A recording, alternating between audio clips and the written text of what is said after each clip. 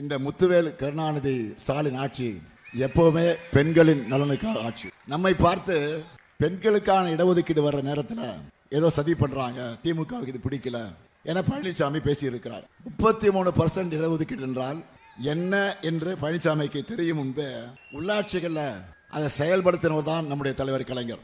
இதை அப்பவே 50 விழுக்காடா நடைமுறைப்படுத்தியவன் தான் உங்கள் முன்னால் நிற்கிற இந்த ஸ்டாலின். சட்டமன்ற நாடாளுமன்றத்தில் பெண்களுக்கு 33 விழுக்காடு வேணும்னு பல ஆண்டு காலமா திமுக போராடிட்டு இருக்கு. பாஜக நினைச்சா அதை எப்பவோ கொண்டு வந்திருக்கலாம். நாங்களும் அதைத்தான் கேட்கிறோம்.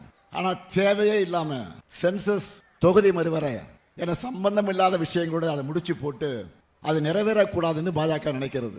அவங்களும் பெண்கள் இடஒதுக்கீட்டுக்கு எதிரானவங்க என்று பழனிசாமி சொல்ல போகிறாரா?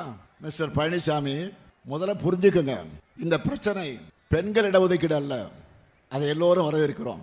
தொகுதி மறுவரையை தான் இங்க பிரச்சனை. தமிழ்நாடே கொதிச்சு போயிருக்கு. நாளைக்கு எல்லார் வீட்லையும் கருப்பு ஏற்ற போறோம்.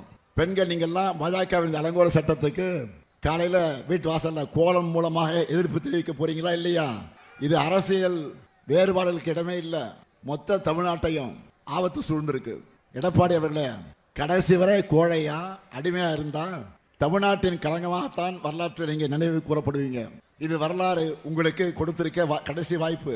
ஒரே ஒரு முறையாவது பாஜகவை தைரியமாக எதிர்த்து பேசுங்க. உறுதியான எஃகு பெயர் பெற்ற ஊர் இந்த சேலம்.